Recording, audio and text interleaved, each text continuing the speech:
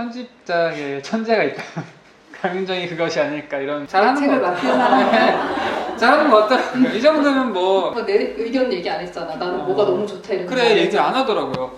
나도 옆에 있고 싶어서 있던 거 아니잖아. 그래서 제가 편집자일 때는 그렇게까지 안 하는 어떤 그런 거를 하시더라고요. 그게 뭐냐면 그걸 몇 번을 했어요. 약간 말을 안 하더라고요. 말 안 하고 저 오늘 아침에 이거 생각하느라 늦었잖아요. 저 회사에 지각했거든요. 진짜? 어이없네. 아침에 그 전에 제가 회사 그만둔다고 했을 때 저는 그 얘기가 너무 좀 왜 또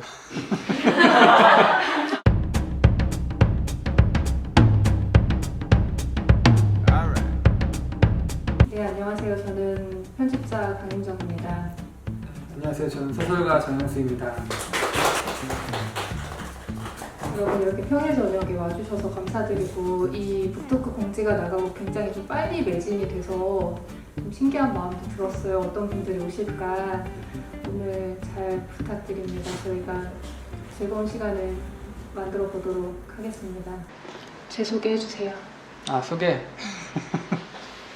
이 질문 너무 어려운 것 같아요. 다시 복귀해야 되잖아요. 이 사람에 대해서. 아 그렇게 뭐 과한 거였어요? 나는 그냥 작가님 프로필 얘기하려고 했는데 나는 뭐 얘기해 주세요. 뭘 프로필. 준비하셨는지 궁금하네요. 나는 약간 굳이 서로를 소개해 주신다면이라고 써놔서 네네. 약간 어떤 그런 거 있잖아요. 그 이분의 어떤 그 업적 이런 거를 편하게 해야 해보세요. 생각해야 되는 줄 알고 네. 좀 생각했는데 네. 강윤정 씨하고 같이 일한 지는 한 5, 6년 된 것 같아요. 지금 저희 팀장님이고 근데 친구로 지내거든요. 동갑이어서. 처음에 만났을 때는 소설리스트라는 지금은 없어진 책 리뷰 사이트에서 활동을 하시던 것으로 처음 봤었고 그 이후에 같이 회사에서 일하게 되면서 알게 됐는데 그때는 여기저기 에세이도 발표하고 글도 쓰고 책 서평도 쓰고 편집자 일도 같이 하는 어떤 전천후 이분이 문학인이구나 이렇게 느꼈었는데 지금 느낌은 그 편집자의 천재가 있다. 강윤정이 그것이 아닐까 이런 느낌으로 편집 일이라는 게 진짜 간단한 게 아니잖아요. 되게 다양한 일을 해야 되잖아요. 뭐 제가 주변에서 편집자란 무엇인지 모르는 사람들이 뭐 제 친척이라든가 사촌 형이 물어보는 거예요. 저한테 편집자 뭐 하는 거야? 이렇게 물어보면은 영화 감독 같은 거야 그렇게 얘기하거든요. 내가 출연하는 것도 아니고 각본을 쓴 것도 아니고 뭐 연기를 뭐 직접 하지도 않고 뭐 진짜 촬영을 하지도 않는데 그냥 중간에서 조율만 하는 거잖아요. 어떻게 이걸 연출할지 약간 뭐 그런 일종의 뭐 지휘자처럼 그런 역할이어서 어떻게 보면 아무 일도 안 한다고 볼 수 있을 것 같은데 그런 역할이 되게 중요하잖아요. 그래서 많은 사람들과 소통을 해야 되고 저는 그게 편집자 일을 하면서 좀 어려웠거든요. 그런데 이거를 너무 척척 잘 해내는 분이 계시다. 그래서 옆에서 많이 보고 배우면서 그랬다. 그래서 프로 편집자다 이런 느낌을 가졌습니다. 그런 분입니다. 감사합니다. 네, 정영수 작가님은 2014년에 상작가 비평의 레바논의 밤이라는 단편으로 등단을 하셨습니다. 2017년에 애호가들이라는 첫 번째 소설집을 내셨고 2020년에 내일의 연인들이라는 두 번째 소설집을 내셨어요. 근데 아마 여기 와주신 분들은 정영수 작가님한테 관심이 많으신 분들일 테니까 최근에 그 채널 S에서 하는 책이라웃 그 팟캐스트에도 나가셨거든요. 혹시 안 들어보신 분들은 들어주시면 좋을 것 같은데 거기에서도 언급을 하셨지만 뭐 저한테 자꾸 무슨 프로 편집자라고 수식어를 덧붙여 주셔서 정영수 작가님은 이제 후회 전문가 뭐 그런 후회 전문가이고 제가 그 말을 어떤 붙여드린 것은 연애 소설이라고 하면은 굉장히 의미가 축소가 되는 연인 생활 소설을 잘 쓰는 작가가 아닐까라고 생각을 해서 이번 책을 만들 때 그 내용을 쓴 적이 있습니다. 그런 작가님이고 최근에 한국 소설에서 남녀 간의 어떤 생활 그리고 그 남녀가 겪는 일들을 통해서 둘러싼 뭐 관계라든가 사회 문제라든가 뭐 그런 아주 일상적이면서도 근본적인 것들을 쓰는 작가가 굉장히 없었다는 생각이 들었었어요. 근데 영수 씨는 그런 작품들을 꾸준히 써왔고 잘 쓰는 작가가 아닐까라는 생각을 해서 이렇게 소개를 마치겠습니다. 빨리 넘어가겠습니다. 근데 내가 부끄러워서 한 팀에서 같이 일하는 동료가 편집자로 있는 기분이 어떠셨나요? 생산성이나 심리적인 부분에서 어떠한 영향이 있었는지 궁금합니다. 생산성이라고 하면 글 쓸 때를 말씀하시는 거일 텐데 소설집은 보통 문예지의 발표를 한 것들을 묶어서 책으로 내잖아요. 그래서 보통 편집자가 제가 글을 쓰는 뭐 작업을 지켜볼 일은 사실 없다고 봐야 돼요. 보통 개간집 문예지 편집자들이랑은 대화를 하지만 단행본 편집자와는 그렇게 그런 것을 뭐 이렇게 서로 볼 일이 없는데 같이 일하니까 그냥 계속 제가 한 편 한 편 쓸 때마다 옆에서 본 거예요. 제가 뭐 이번에는 이런 거 한번 써보려고 해 이렇게 얘기도 하고 구상한 거 얘기도 하고 뭐 안 써진다고도 이렇게 얘기도 하고 그렇게 해서 심리적으로 되게 많이 도움을 받았거든요. 근데 그래서 책을 낼 때도 원래 이제 제가 같은 팀에서 일하기 전에 이제 계약이 됐었어요. 이 강민정 씨가 계약을 하자고 해가지고 했었는데 뭔가 책 하나하나 쓸 때 언젠가 이제 책을 낼 거라고 생각하면은 좀 안심이 되는 느낌? 그런 게 좀 있었어요. 저도 계속 이제 이런 거죠. 보통 면접 보러 가면은 직원도 회사도 직원을 면접 보지만 직원도 회사를 면접 본다 이런 얘기 있잖아요. 약간 본 거죠 이렇게. 근데 잘하는 책을 거 맡은 사람 잘하는 거 같더라고요. 이 정도면 뭐 나쁘지 않다. 일도 잘하시고 그래서 문학에 대한 애정도 있으신 것 같고 그래서 뭐 신뢰가 갔죠. 그래서 뭐 제목을 짓는 거 그리고 표지 만드는 거 그런 것들에 대해서 크게 그렇게 생각하지 않았던 것 같아요. 책을 내기 전까지는 뭐 이렇게 저렇게 해야지 아니면 이렇게 하려고 하는데 내 의도대로 안 되면 어떡하지 이런 생각을 별로 안 했고 책을 낼 때 보통 요즘엔 저자가 그 책 표지 사진을 찾는 경우도 많거든요. 표지 어떤 이미지가 좋을지 먼저 찾아내서. 근데 저는 아예 안 찾은 건 아닌데 그래도 은정 씨가 잘 해주겠지. 뭔가 어쨌든 결과적으로 좋은 책을 만들어 주겠지 이런 믿음이 있어가지고 그게 심리적으로 편했고 그리고 원고를 넘기고 나서는 또 이제 다른 물리적인 거리가 가까워졌잖아요. 그 점이 진짜 편했어요. 그 원고를 넘기고 교정지가 오고 제가 그러니까 수정된 그 교정 사항을 본 교정지를 보고 제가 바로 거기서 이제 피드백을 하고 이렇게 하는 게 뭐 순서를 바꾸거나 표지 이미지를 고르거나 할 때도 소통이 바로바로 되니까 너무 편하고 오해가 생길 일이 없더라고요. 그런 면도 되게 좋아서 이런 일이 또 어떤 식으로 또 있을지 모르겠지만 이게 진짜 좋은 방식이구나. 또 이 사람이 믿을만 하다면 그런 걸 느꼈어요. 저는 좀 다르게 생각했는데 그거는 제가 이거 살짝 이피드들을 좀 봤는데 제가 뒤에 얘기할 게 있을 것 같더라고요. 그때 얘기하겠습니다. 좋으셨다니 다행입니다. 난 좋아. 작가의 입장에서 같이 일하고 싶은 문학 편집자는 어떤 사람인가요? 이게 있어야 최고의 문학 편집자지 하는 하나의 조건이 있다면 무엇인지요? 만일 자신이 자신의 소설 편집자라면 어떠실까요? 일단 하나가 사실 제일 중요한 게 있긴 있어요. 그 작품에 대한 애정은 중요한 것 같아요. 근데 이 작품에 대한 애정이 아니라 문학에 대한 애정인 거죠. 내 작품을 무조건적으로 좋아하라고 할 수는 없잖아요. 애정을 가게할 수는 없으니까. 근데 적어도 이 사람이 내 작품을 별로 안 좋아한다, 마음에 안 들어 한다면, 뭐 여기에서 부족한 점을 봤다면 이게 그 본인이 어떤 좋아하는, 애정하는 문학에 못 미쳐서이기 때문이지 그냥 난 솔직히 소설 진짜 좋은지 모르겠어 이렇게 생각하는 경우면 이건 대화가 안 되잖아요. 더 나아지는 방향을 제시할 수 있는 것도 결국에는 그 문학에 대한 애정이 있어야 되는데 그래서 문학에 대한 애정은 정말 중요하고 필수적인 항목인 것 같아요. 그 나머지는 사실 편집자가 갖춰야 될 덕목은 정말 많거든요. 뭐 이를테면 꼼꼼함이라든가 시간 관리, 아니면 사람을 대할 때 뭐 태도, 뭐 그런 것들이 각자의 다 장점이 있고 단점이 있고 저도 편집자라서 장점이 있고 단점이 있지만 그런 것들은 좀 단점을 커버하면서 할 수 있는데 일에 대한 어떤 애정은 확실히 필수인 것 같아요. 제가 제 소설 편집자라면은 이렇게 안 나왔겠죠, 책이. 그렇죠. 원하던 표지가 있으셨잖아요.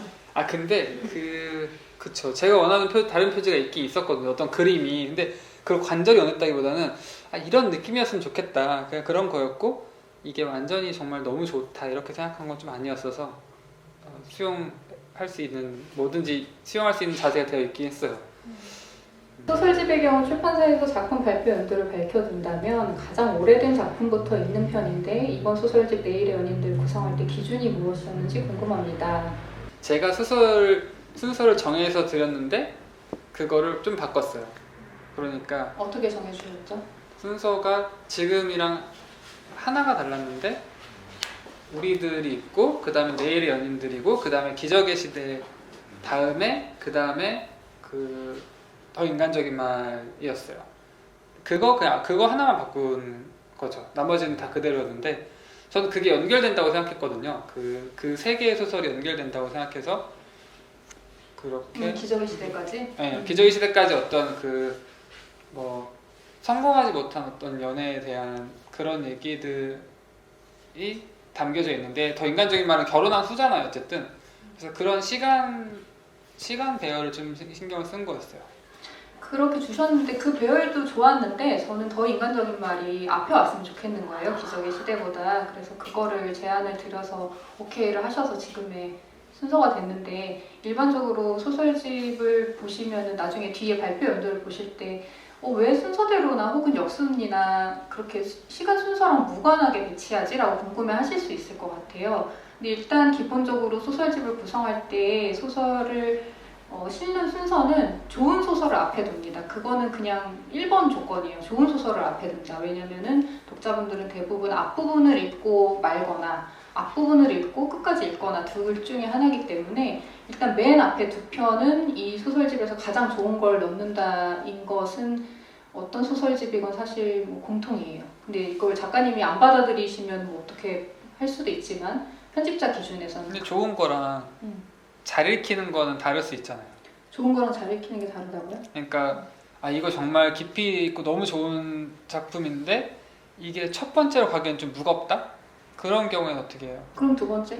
그럼 두 번째?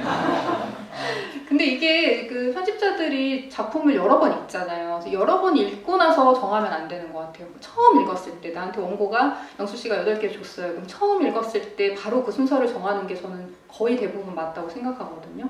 읽으면 읽을수록 소설의 깊이라는 것이 더 깊어지기 때문에 그때 하면은 처음 읽는 독자하고는 거리감이 생겨요. 그래서 어찌됐건 원고를 처음 받았을 때 가장 좋다고 생각하는 것, 그 좋다는 것에는 이제 나의 기준도 있지만 뭐 어떤 작품이 상을 받았거나 뭐 문단에서 호평을 받았거나 독자분들이 특히 주목을 했거나 이슈가 있는 좋은 작품들이면 더 좋겠죠. 그런 것을 앞에다 두는 것이고 영수 씨의 소설집도 역시 그렇게 했어요. 젊은 작가상을 받은 것도 있고 문학가지성상에서 뽑는 이계절의 소설에 된 것도 3편이 있었고 앞에 놔야 하는 작품들은 어느 정도 이미 정해져 있는 상태였는데 영수 씨도 알고 있었고 근데 기적의 시대를 3번째로 줬지만 저한테는 오히려 더 인간적인 말이 3번째여야 됐던 게 그 결혼을 한 커플이 나와서 4번째로 미뤘다고 하셨잖아요. 근데 저는 그 뒤에 신영철 평론가가 해설 쓴 것처럼 그 앞에 3개가 너무나 세트인 느낌이었거든요. 그 이들이 결혼을 했고 안 했고 보다도 그래서 이게 연애 소설이 아니라 연인 생활이라고 한 것도 어쨌건 연인 형태의 사람들이 겪는 일을 앞에서 좀 집중적으로 보여줄 수 있으면 좋겠고 특히 결혼을 했기 때문에 저는 더 그 앞에 있어야 된다고 생각을 했어서 그 부분은 상의를 했고 보통 소설집도 이런 식으로 작가가 정한 거를 편집자가 좀 수정하거나 아니면 작가분이 전적으로 맡길 때도 있어요. 그냥 알아서 해달라고. 어떤 작가님은 바꾸지 않기를 원하고 이 순서여야만 한다 하는 분도 있고 그럴 때는 뭐 여러 번 소통을 해도 그럼에도 불구하고 이 순서여야 한다라고 저자분이 강력하게 원하시면 결국에는 저자분 선택에 따르는 경우가 많기는 해요. 최근에는 작가님들이 편집자랑 워낙 또 소통을 많이 하니까 그럴 일은 별로 없지만 내일의 연인들도 그렇게 했었고 그것도 있어요. 잠깐 너무 괜한 얘기인가? 저는 그 3가지가 너무 좀 노출됐다는 느낌이 있었어요. 그러니까 그래서 책을 사서 봤는데 젊은 작가상 수상집에서 본 거잖아. 이거 뭐 소설 보다 해서 본 거잖아. 이렇게 된 것만 앞에 세 개 있으면 좀 그 얘기 그런 저는 것도 신경 하셨는데 썼어요. 저는 그 얘기가 너무 좀 네, 또 너무 독자분들이 그렇게 샅샅이 찾아있는 독자분이 그렇죠. 네. 많지 않을 것 같았고 그렇죠. 샅샅이 찾아 읽은 분들이 뭐야 다 아는 거 세 개야 라고 하시지 않고 내가 다 아는 건데 내가 좋았던 건데 라고 생각할 확률이 높다고 생각해서 그렇게 노출됐던 건 저는 문제가 안 된다고 생각했습니다. 작가님. 네. 그래서 받아들였죠. 네. 네. 그래서 이 얘기도 하고 싶어요. 저도 오래된 작품부터 읽는다는 게 무슨 마음인지 너무 잘 알거든요. 저도 뭐 동료 작가의 글을 읽을 때는 진짜 가능하면 발표 순서대로 읽어요. 이게 너무 보이니까 이 다음에 이렇게 나아지고 꼭 나아진 게 아니라 이렇게 나아가고 좀 이렇게 변하고 이런 것들이 보이니까 이걸 순서를 막 뒤죽박죽 해놓고 읽으라고 하면은 그 순서를 막 찾고 싶을 것 같아요. 그 원래 발표한 순서를. 그래서 이 마음을 알겠는데 근데 어쨌든 결국엔 책을 만드는 거는 작품집을 그냥 모아놓은 게 아니라 하나의 작품으로 또 만들어 놓은 거니까 그 순서대로 읽으셔도 괜찮지 않을까 이런 생각을 합니다. 이거 제가 대답하려고 했는데 할 말이 있다는 거예요. 그래서 뭐지? 저는 못 들었거든요. 기준이 뭐였어요? 작가님 기준이 뭐예요? 기준? 아니 왜? 제가 얘기하나요? 표지 색상 제가 선택 안 했잖아요. 아니지. 마지막에 어쨌든 고르긴 했잖아요. 마지막에 남들이 다 연두색 좋다고 하니까 다시 한번 봤잖아요. 제가 다시 한번 봤는데 저는 노란색을 하고 싶었어요. 처음부터 약간 이 소설들을 쓰고 있을 때부터 노란색 표지면 좋겠다 이런 생각을 했었거든요. 어떤 그 아련하게 빛나는 어떤 그런 과거의 빛 같은 느낌? 느낌을 그 얘기 처음부터 했죠. 네, 그래서 표지 얘기할 때부터 약간 뭔가 좀 이렇게 빛이 좀 있었으면 좋겠다. 햇빛 같은 빛이 그 얘기를 했었는데 그래서 노란색 계열을 생각했는데 많이들 연두색이 좋다고 다 그러시는 거예요. 그래서 계속 들여다보다 보니까 그 좋은 것 같더라고요. 그게 저는 그러니까 이유는 없었어요. 그 앞에 영수 씨가 뭐 가까이서 일해서 되게 편했다고 했잖아요. 근데 저는 편한 점이 많았지만 엄청 눈치를 봤던 게 특히 이 표지가 그랬는데 보통 표지 시안이 나오면은 편집부에서 같이 봐요. 그래서 미술 디자이너랑 편집자가 같이 봐서 이게 좋다 저게 좋다 얘기를 해요. 근데 저희 디자이너와 편집자도 이미 이 소설 안에 너무 들어와 있는 사람이기 때문에 저희 말이 다 맞는 건 아니에요. 저희는 소설의 내용을 알고서 뽑은 거니까. 그래서 이제 다른 편집자나 마케터들한테 의견을 물어봐요. 아직 소설 내용을 잘은 모르고 근데 이 작가가 누군지 정도는 아는 그런 사람들한테 이제 보여줘서 이 표지 되게 예쁘다 하면은 오히려 내 뜻과 조금 달라도 그게 맞다고 생각하는 편인데 그런 과정을 거쳐서 추려진 최종본을 작가님한테 이제 보내요. 뭐 한 2-3개 정도 저희의 의견이 모였는데 저희는 이렇게 생각합니다 하고 보내거든요. 근데 영수 씨는 바로 옆에 있으니까 그 과정을 다 보는 거예요. 추리는 과정을. 그래서 제가 보통은 뭐 이게 좋네 저게 좋네 하고서 그 과정을 거치는 것을 작가가 바로 옆에 있으니까 말을 못 하겠는 거예요. 그래서 일단 작가의 생각을 봤어요. 어떻게 생각하나. 어떻게 생각해? 라고 먼저 물어보고 저는 이제 제 생각은 제 속으로만 해야 되는 거죠. 그래서 영수 씨가 원래 원하던 그림 이런 톤이었으면 좋겠다는 그림이 있었어요. 그래서 그 그림으로도 작업을 해봤는데 되게 마음에 들어 했었거든요. 처음에는. 근데 저한테는 그 그림으로 하면은 안 된다는 생각이 있었어요. 그래서 이제 다른 시안을 받아서 지금의 사진이 들어있는 시안과 기타 등등 다른 사진 시안들이 막 왔어요. 보여주고 저의 마음속에 드는 건 이미 있었죠. 이제 영수 씨한테 먼저 보여주고 뭐가 좋은지 그리고 이게 좋다 뭐 이게 왜 좋다 이런 얘기를 하면은 나의 생각하고 다르다 하면은 저 점을 공략해서 생각을 바꿔놔야 되겠구나 라는 이제 저의 또 전략이 필요한 거예요. 바로 옆에 있으니까. 어찌어찌 해서 지금의 시안으로 정해지고 색깔이 여러 개가 이제 됐을 단계, 거의 최종 단계에서 영수 씨가 보더니 노란색이 예쁘다고 하는 거예요. 근데 저는 정말 노란색이 하기 싫었거든요. 노란색이 이러저러해서 좋다라고 얘기를 하길래 그럼 나는 저러저러해서 저게 좋다라고 해야겠구나라고 이제 또 속으로 생각하는 거죠. 그래서 저는 연두색하고 약간 연보라색이 있었는데 그 두 개 중에 하나를 하고 싶었고 생각할수록 연두색이 좋았거든요. 왜냐면 그 노란색과 그 보라색이 영수씨 소설의 톤을 좀 각각의 방향으로 좀 치우치게 한다는 생각이 있었어요. 좀 중립을 지켜주는 흑백 사진이 너무 세기 때문에 좀 중립을 지켜주는 톤으로 바탕색을 하고 싶고 그게 연두색이라고 생각을 했었어요. 근데 이걸 어떻게 설득하지 하다가 주변에 좀 물어봐 라고 했어요. 주변에 물어봤더니 다 연두색을 고르더라고요. 그래서 그 주변 사람들 말이 맞는 거 아니겠니? 우리는 다 책을 너무 잘 알잖아. 노란색 물론 예쁘지. 근데 연두로 하는 게 좋을 것 같아. 이제 이런 식으로 끌고 가는 거죠. 조금씩 조금씩. 쉽지 않았어요. 그러더라고요. 아니 저도 그거 알아요. 저도 표지를 택할 때 저도 그래서 나도 뭐 내 의견 얘기 안 했잖아. 나는 뭐가 너무 좋다 이런 그래 얘기 안 하더라고요. 나도 옆에 있고 싶어서 있던 거 아니잖아. 그래서 보이니까 아니 그나마 본 거지. 그때는 내가 외근 중이어서 그나마 다행이었지. 표지를 저도 보고 뭐 제가 뭐 편집자가 어쨌든 끌어가고 싶은 방향이 있을 테니까 저는 어쨌든 저는 글을 쓴 사람이 책을 이 책을 만든 사람이 아니니까 그래서 제 의견을 좀 이제 좀 축소시키려고 많이 노력을 했어요. 그래서 계속 물어봤어요. 윤정이 생각 어때? 이렇게 계속 물어봤거든요. 그랬더니 얘기 안 하고. 처음에 그 얘기를 잘 안 했는가 그랬어요. 그래서 제가 계속 고르다가 마지막에 어떤 그림 표지와 이 표지를 두 개가 남았을 때 그때 나는 근데 이 그림이 좋은 것도 같은데 사진도 지금 된 표지가 이것도 좋은 것 같아. 뭐 이게 지금 된 게 A라 치면은 A도 좋은 거 같고 B도 좋은 것 같은데 윤정이 생각 어때? 그러니까 뭐 A지 아니다 내가 그랬어요. 제가 지금 보니까 A가 좋은 것 같네 그랬더니 그제서야 갑자기 난 처음부터 그렇게 생각했어 이러는 거예요. 이건 나 진짜 몰랐어요. 저는 그때까지 처음부터 그렇게 생각했는지를 몰랐어. 난 고민하고 있는 줄 알았어요. 그렇게 됐습니다. 네.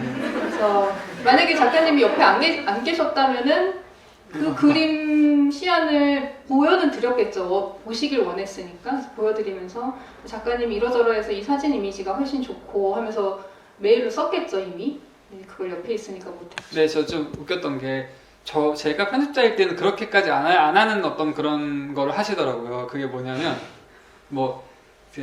표지 이렇게 들어가 있는데 띠지의 글씨가 이게 예를 들면 너무 작지 않아? 이렇게 얘기를 하는 거예요. 제가 그러면은 보통 이렇게 얘기를 하거든요. 이게 제가 편집자라면은 이게 지금 여기 너무 크게 들어가면은 너무 이것만 눈에 띄고 제목이 더 눈에 안 들어올 수도 있어서 이렇게 해야 돼요. 이렇게 얘기를 해요. 근데 윤정 씨한테 그 얘기를 했더니 글씨가 너무 작지 않아? 좀 크게 키우면 어때? 이랬더니 알겠어 하고 바로 그 키운 걸 갖다 주는 거예요. 이렇게. 그럼 제가 별로라는 걸 바로 알죠. 그걸 몇 번을 했어요. 약간 말을 안 하더라고요. 말 안 하고 이거 이 색으로 하면 어때? 이러면 이거 이 색 어때? 그러면 바로 그걸 만들어 갖다 줘요. 계속 그런 식으로 저도 좀 왜냐면은 봐야지 후회가 없잖아요. 후회가 없으라고. 후회가 없으라고 하기보다는 왜냐면은 영수 씨가 편집자이기 때문에 그냥 모르는 그 과정을 모르는 작가님이면 작가님 이러저러해서 이게 좋은 겁니다라고 설득을 할 텐데 편집자니까 그렇게 말로 설득하는 것보다는 보여주고 아니구나라고 바로 그냥 접을 수 있게 하는 게 낫겠다. 되게 잘 통했던 것 같아요. 바로 보고 이제 아니구나. 이렇게 저는 속으로 글씨를 키우라고 아닌데 이거 아닌데요. 그러면서 했습니다. 고생하셨어요. 고생하셨습니다. 네. 외계인에게 한국의 소설을 대표로 한 편만 보낼 수 있는 기회가 생겼습니다. 결정권자가 두 분이라면 누구의 어떤 소설을 보낼 건가요? 저는 정영수 작가님의 내일의 연인들을 보낼 겁니다. 진짜 이분은 이유가 있어요. 왜냐하면은 외계인도 아셔야죠. 이 한국에 어떤 존재들이 만나서 사랑을 하고 이별을 하고 힘들어하는가를 보셔야 된다고 생각했습니다. 그렇구나. 작가님은 저 오늘 아침에 이거 생각하느라 늦었잖아요. 저 회사에 지각했거든요. 진짜? 어이없네. 아침에 이 질문이 떠오른 거예요. 근데 질문 좀 준비를 해야 될 것 같은데 다른 질문들은 그냥 특별히 뭘 생각하진 않았는데 이렇게 뭐를 골라야 되는 거는 좀 미리 생각하는 게 좋잖아요. 그래서 아침에 제 책장을 천천히 보면서 봤어요. 그래서 뭐 푸시킨의 대위의 딸 같은 거 어떨까? 막 그런 생각을 하다가 한국 소설인데요? 그니까 이거 제가 한 20분 아니, 채 몰랐어요. 질문을 좀 모르고 보세요. 한 3배 정도로 추렸어요. 그 질문을 봤더니 한국 소설인 거예요. 한국 소설? 저 그것도 모르고 다시 이제 그때부터 보기 시작했죠. 하나하나. 집에 있는 한국 소설 다 봤어요. 그래서 지각하신 거예요? 응. 와, 진짜 회사 편하게 다니시네요. 8시 반에 나왔어요, 집에서. 9시까지인데. 그런데 못 고르겠더라고요. 제가 여러 가지 기준을 세웠어요. 외계인한테 소설을 보여줘야 된다. 상황이 일단 크게 2가지가 있을 텐데, 이 외계인들이 우리의 상황을 모른다. 전혀 모른다. 이를테면 우리가 통신으로 텍스트만 보내는 거죠. 그런 경우랑, 아니면은 이 외계인이 우리 지구에 와서 겉모습만 본 거예요. 그런 외계인한테 주는 거랑 이제 나눠가지고 생각했는데, 뭔가 문학은 대부분 어떤 어두운 면을 보여주는 것 같아요. 결국에는 인간의 나쁜 면들을 많이, 나쁘고 약한 면들을 너무 비추는 것들이어서 섣불리 고르기가 되게 어려웠고, 이거는 해외 문화까지 포함했을 때 그러니까 되게 차별적인 것도 엄청 많은 거예요. 조금 제가 좋아했던 뭐 근대 소설들만 봐도 되게 뭐 인종차별, 뭐 성차별 이런 것들이 되게 많이 다 들어가 있어요. 그래서 그런 면에서 정말 떳떳한 게 딱히 없는 거예요. 그래서 요즘에 또 그런 게 없을까 하고 요즘에 또 봤는데, 사실 진짜 현대에도 완전히 그렇게 뭐랄까 PC함이라고 해야 될까, 그런 걸 완전히 갖춘 소설은 거의 없을 뿐더러 너무 그걸 갖췄다고 하면은 너무 또 유토피아적인 어떤 그런 모습? 이게 또 지구인들은 또 아닌데? 이런 생각이 드는 거예요. 근데 그렇게 제하다 보니까 정말 보여줄 게 하나도 없는 거예요. 그러니까 하나만 골라서 보여준다는 거는 해서는 안 되는 일인 것 같아요. 차라리 안 보내고 말지. 내일 연인들 보내세요. 그거는 제가 보낼 수 있죠. 내 책이니까. 그거 뭐 약간 그런 거 있잖아요. 그 세계 평화를 지킬 것인가, 나의 안위를 이제 그걸 할 것인가, 이제. 그 정도야? 저도 좀 이렇게 그걸로 제 인생 좀 나아진다면 약간 뭐 이렇게 절충할 수 있는 거죠. 못 고르셨지만 그 좋은 변이 됐네요. 보내는 건 있어서는 안 되는 일이다. 그쵸. 하나만 읽어서는 안 돼. 하는 일이나 사람들과의 여러 관계 속에서 권태나 불만족이 찾아올 때 어떻게 하는 편인가요? 잠잠해질 때까지 기다린다든가, 뭔가 새로운 액션을 취해본다든가, 아니면 글을 쓰면서 이겨내시나요? 되게 의외로 글을 쓰면 이기는 것 같아요. 왜 이렇게 놀라? 아니면 혹시라고 하셨는데 아니면 혹시가 맞네요. 진짜 근데 실제로 많이 느껴요. 뭐 권태 불만족이라고 약간 다른 건데, 그냥 회한 같은 것들, 허무? 이게 다 뭐지? 이게 다 뭘까? 뭐 다 의미 없는 것 같고 부질 없는 것 같고, 그리고 하는 일, 돈 버는 게 정말 중요할까? 뭐 인생 60살 됐을 때 20억 있으면 괜찮을까? 막 이런 생각 하는 거죠. 어쩔 때 진짜 정말 진지하게 실제적으로 정말 그 공허가 뭐 허무하게 느껴지죠. 아무것도 아닌 것 같고, 그리고 관계도 사람들과 친하게 지내기도 하고, 뭐 외로움을 나누기도 하는데, 진짜 이게 다 뭘까 하는 이 회한이 정말 강력하게 찾아오거든요. 사실 권태를 느낀 적은 별로 없는 것 같아요. 제가 일을 계속 버리는 타입이어서 권태는 아닌데 불만족까지는 있을 수 있죠. 어쨌든 그런 식으로 회한에 젖어 있을 때, 근데 결국엔 남는 거는 글밖에 없다, 이런 생각을 하는 것 같아요. 그래, 이거 하나는 내가 쓰면은 되는 것 같다. 근데 이건 진짜 신기하게 안 없어져요. 신기할 정도로 안 없어져요. 글을 쓰면서 그래, 지금 이 순간 난 살아있다, 이러는 건 아니고, 그냥 나는 진짜 그래도 글 쓸 거다. 진짜 그래, 글이나 쓰자. 정말 제대로 된 걸 쓰자. 진지한 걸 쓰자. 이렇게 생각하면서 시간이 또 지나는 것 같아요. 멋있다. 작가님 다르네요. 평소 자주 떠올리는 말이 있다면 왜 웃음이 나지? 이거 제가 바로 떠올랐어요. 바로. 되게 맞춰보고 싶지만 뭔가요? 어떡하지? 이거 진짜 제일 많이 하는 생각이죠. 어떡하지? 살아보고 싶은 도시가 있다면? 이거는 제가 최근까지는 도쿄였어요. 근데 작년에 제가 런던을 갔다 오고 바뀌었어요. 런던이다. 이게 왜 그러냐면 런던의 특징이 우리나라에 있을 수 없는 특징이 있어요. 도쿄에도 비슷한 마찬가지의 특징이 있는데 오래된 도시, 오래된 수도에서 느껴지는 뭔가가 있는 것 같아요. 개발을 문별하게 하지 않아서 녹지가 되게 많고 공원이 진짜 엄청 큼직큼직하고 나무들이 엄청 큰 거죠. 그러니까 그게 정말 그때 느꼈어요. 런던에 가서 처음 느낀 게 그거였어요. 이거를 모를 수 있구나. 그러니까 어떤 그 도시의 모습이란 이 정도 크기의 나무가 있는 곳이라고 생각할 수 있겠구나. 이런 거를 거기 가서 알게 된 거죠. 그러니까 우리나라는 대체로 전쟁이 많았으니까 나무들이 나이가 적잖아요. 근데 정말 그런 도시 한복판에 막 테헤란로 같은 곳인데 나무가 진짜 기둥이 이만한 나무들이 있는 거예요. 근데 그런 걸 보면서 이거는 정말 가질 수 없는 것이다, 서울에서는. 근데 그걸 좀 그냥 살면서 좀 느껴보고 싶다. 그리고 거기는 달리기 하는 사람도 정말 많아가지고 그런 환경영향이 있는지 모르겠는데 어디에나 런던 아무 데나 떨어뜨려 놔도 달리기 하는 사람이 있는 것 같더라고요. 진짜 언제 어디나 달리기를 하는 사람이 있고 저도 달리기를 좋아하니까 그런 분위기도 좋았고 청설모가 진짜 큰 거예요. 공원에 공원 청설모 진짜 너무 커요. 진짜 이만해. 파주에도 많잖아요, 청설모. 진짜 커. 그래서 저 진짜 놀랐어요. 청설모 이렇게 클 수 있구나. 그런 것들, 그러니까 대도시에 자연이 있는데 그게 막 어떤 동물원이나 아니면은 좀 그냥 생소한 어떤 걸 보는 게 아니라 이게 일상에 있다는 것이 되게 우리한테는 없는 것이구나. 거위도 되게 많은데 공원에 거위가 너무 많은 거예요. 오리도 많고. 근데 그 오리나 거위들이 그냥 적당하게 야생 상태에 있는 거예요.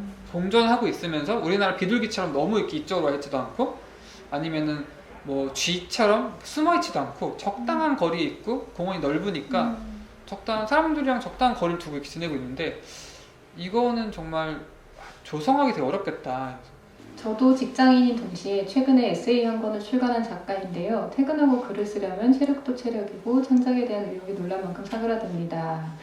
그래서 글쓰기를 위한 스케줄 관리를 어떻게 하시는지, 편집을 하다 보면 자기 작품에 대한 아이디어를 얻기도 하는지 궁금합니다. 자, 시간 관리 하면은 강윤정이 영상도 찍었죠. 시간 관리 영상 찍었잖아요. 제가 그거 보고 막 따라하고 있어요 지금. 영수 씨 보라고 찍은 거잖아요. 투두리스트를 제가 투두리스트 열심히 쓰는 사람이었는데 썸네일이 투두리스트 절대 쓰지 마세요. 뭐야, 나한테 그러는구나.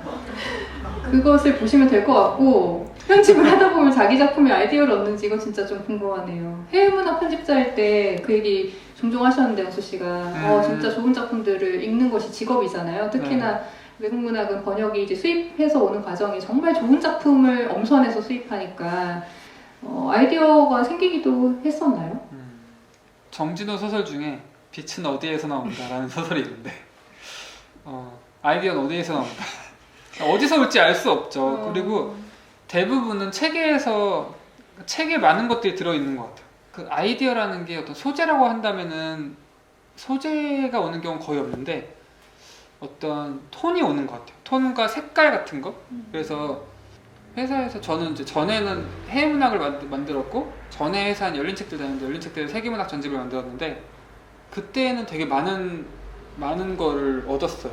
거기에서 했던 게 까미랑 헤밍웨이랑 제임스 조이스랑 뭐 아이스킬로스 같은 뭐 고전 희곡 돈키호테도 있고 이런 식으로 고전을 많이 했는데 그 기운이라는 게 있더라고요. 어떤 그 기운이라는 게 그 문학의 기운. 문학의 에너지나 소울을 뜻하는 게 아니라 여기에서의 기운은 어떤 뭐 앰모스피어 같은 그런 어떤 그 자장 안으로 들어가는 네, 그런 느낌? 분위기라고 해야 될까요? 어떤 그런 게 최소 한 교 볼 때 한 2, 3주 정도는 같은 원고를 계속 보니까 한 번 읽고 뭐 같은 분량의 책을 600페이지짜리 책을 읽어도 이틀이면 읽을 수 있잖아요. 처음부터 끝까지 계속 읽으면. 근데 그게 아니라 이거를 하루에 한 30페이지에서 50페이지씩 2, 3주를 읽으니까 왜냐면 원문하고도 같이 대조를 해야 되니까 되게 느린 독서를 하게 되죠. 고전은 대조를 다 해야 되니까 그러니까 이거에 완전 젖어드는 것 같아요. 이 분위기에 그 집에 가서도 그게 잘 안 빠져나오는 거죠. 그런 게 되게 영향을 많이 줬어요. 그 제가 쓰는 뭐 소설의 분위기 같은 거에도 영향을 많이 줬던 것 같아요. 되돌아가고 싶거나 이 길이 아닌 선택을 했다면 혹은 10년 후가 어떤 모습인지. 저 최근에 이 질문을 정말 많이 제가 받아요. 며칠 전에 둘이서 밥 먹고 카페에 앉아가지고 제가 은현씨 빅픽처는 뭐야? 물어봤어요. 자꾸 저의 목표나 10년 후의 모습을 영수 씨도 물어보고 이 질문은 최근에 정말 많이 받는데 아마 제가 이런저런 드러나는 일을 하고 있어서 그런 것 같아요. 근데 저는 그렇게 장기적으로 뭘 생각하고 한 적이 없다 했더니 영수 씨가 아니 큰 그림을 그리고 그거에 따라서 가야지 그렇게 안이하게 있으면 안 된다 하면서 그렇게 안이야기라고는 안 했지. 따끔하게 저한테 한마디 하더라고요. 큰 그림을 빨리 그려라 지금이라도. 그래서 저는 그려야 되나? 라고 생각을 하면서 영수 씨가 그려주는 저의 큰 그림 얘기를 막 들으면서 그럴 수도 있겠지 하고 집에 왔어요. 집에 와서 저의 큰 그림에 대해서 잠깐 생각을 했는데 내 안에 그런 게 없진 않아. 없진 않은데 나는 그렇게 구체화해서 그리는 타입이 아닌 거예요. 그냥 저의 안에 그간에 제가 살아오면서 했던 수많은 결정들이 저를 만들었잖아요. 그렇기 때문에 저의 앞에 어떤 결정들이 있을 때마다 그것이 다시 발동이 되어서 그 선택에 당연히 영향을 미칠 거예요. 그게 제가 큰 그림을 그려서 그대로 가는 선택을 하는 것보다 저한테 맞다고 생각하니까 저는 이렇게 큰 그림 없이 살아오는 거죠. 그래서 10년 후가 여전히 그려지지 않고 지금 그린다고 해서 그대로 살게 되지 않을 확률이 되게 높잖아요. 인생은 모르는 거니까. 그렇기 때문에 오히려 그런 어떤 테두리를 두기보다는 저는 훨씬 더 저의 직감을 믿는 편인 것 같아요. 그때 그 순간의 직감에 의존해서 가는 방향이 내 길을 만들고 있다라고 생각을 하는 거죠. 한 발 한 발. 그리고 되돌아가고 싶거나 이 길이 아닌 다른 선택을 했다면 하는 것에 대해서 이것도 성격하고 아마 관련이 있을 텐데 저는 성격이 그러니까 영수 씨는 후회 전문가, 회한 전문가라고 하잖아요. 근데 저는 정반대인 거예요. 사람이 다 자기만의 어떤 자존감이나 자존심의 문제가 각자 다 있을 텐데 저는 저의 자존감을 결정하는 아주 큰 뭔가 이게 영역 중에 하나가 후회하지 않는 거거든요. 어려서부터 그랬어요. 어려서부터 어떤 일을 하게 되거나 어떤 게 내 소유가 되면은 그냥 그걸 좋아하려고 노력을 했었어요. 내가 마음에 안 드는 물병을 받았어. 그래도 그냥 그걸 좋아하는 쪽으로 가야 저는 제 자존심이 안 상하는 거예요. 그런 성격인 거죠. 근데 그게 일하고도 연결이 된 거예요. 지금 하는 일보다 제가 더 돈을 많이 벌 수도 있고 더 저를 만족시키는 일을 했을 수도 있지만 그거를 궁금해하거나 그랬다면 어땠을까 내가 진짜 문학동네 안 들어왔으면 어땠을까 이런 생각을 하지 않는 걸 택하는 거죠. 그냥 이게 맞았고 이 다음에 뭐가 있을지 모르겠지만 그걸 잘 해보고 싶다 하는 생각으로 살아가려고 하는 것 같아요. 성격의 문제인 것 같고.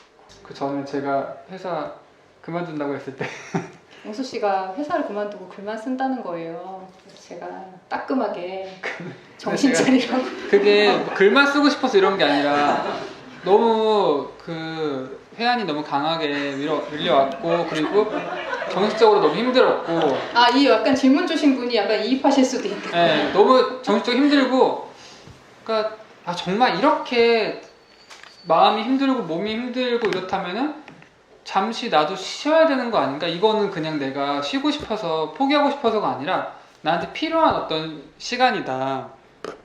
그런 것 같다. 나는 좀 쉬고 네. 정말 말 그대로 좀 쉬려고 이런 게 아니라 정말 말 그대로 정말 쉬려고 휴식과 이완의 해. 휴식과 이완해를 보내고 나서 이제 다시 시작해 보려고 그렇게 결심을 했어요. 이거는 그 와이프랑도 아내와도 얘기가 다 끝난 거였어요. 그래서 가서 얘기했죠. 은정씨 나 회사 그만두려고 했더니 잠깐 따라와. 나오라고 해서 1시간 정도 얘기를 하는 거예요. 진짜 뭐라고 하지 그거를? 그 팩폭? 그거 하면 너 지금 이렇게 하고 너 나중에 취업하려면 안 된다. 뭐 이 얘기를 진짜 1시간 좀 들으니까 너무 설득이 된 거죠. 그래서 좀만 일주일만 더 생각해보라는 거예요. 그래서 일주일을 더 생각해봤어요. 진짜 일주일 동안 진지하게 생각했는데 역시 안 되겠는 거예요. 그래서 다시 와가지고 나 진짜 안 될 것 같아. 나 지금 여기서 그만둬야 될 것 같아. 얘기했더니 잠깐 다시 나오래요. 다시 나와서 1시간 동안 또 다시 얘기를 했어요. 막 이러저러 하고 진짜 잘 생각하라고 일주일 더 주겠다고. 그래서 일주일 더 생각했는데 아 그때였나? 그래서 그냥 일할게 그냥.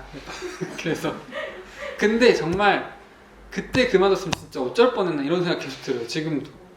나 되게 진짜 수시로 고맙다고 하시잖아요. 계속 생각날 잡아줘서 때마다 고맙다고. 갑자기 그냥 생각날 때마다 밥 먹다 맞다 그때 진짜 고마웠어.